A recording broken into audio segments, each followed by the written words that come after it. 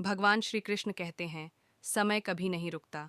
आज यदि बुरा चल रहा है तो कल अवश्य अच्छा आएगा। आप केवल निस्वार्थ भाव से कर्म कीजिए, केवल वही आपके हाथ में है।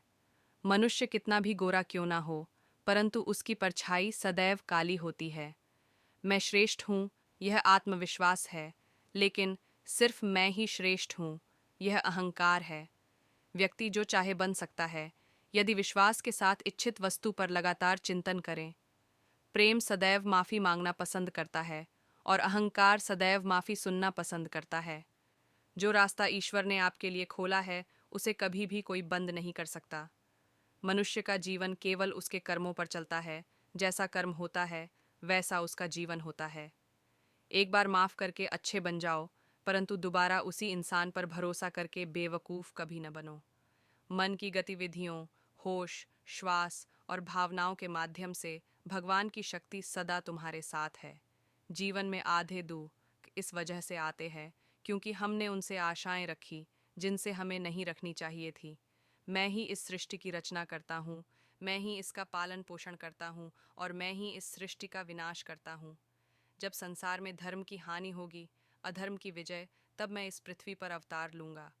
शांति से भी दुखों का अंत हो जाता है और शांत चित्त मनुष्य की बुद्धि शीघ्र ही स्थिर होकर परमात्मा से युक्त हो जाती है।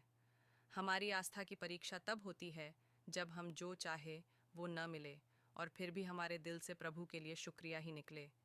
लोग अक्सर सच कहने से बचते हैं या डरते हैं, पर सत्य कभी छुप नहीं सकता और न ही कभी मिट सकता है। कितना भी छुपा लें, पर सच तो उजागर हो ही जाएगा। जो बात सच पर आधारित हो, उसे करने या कहने और मानने से कभी नहीं डरना चाहिए।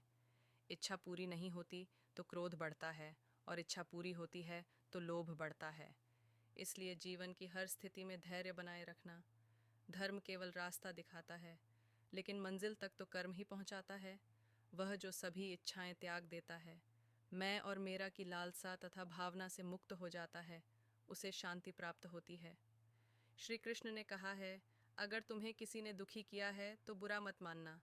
लोग उसी पेड़ पर पत्थर मारते हैं जिस पेड़ पर ज़्यादा मीठे फल होते हैं।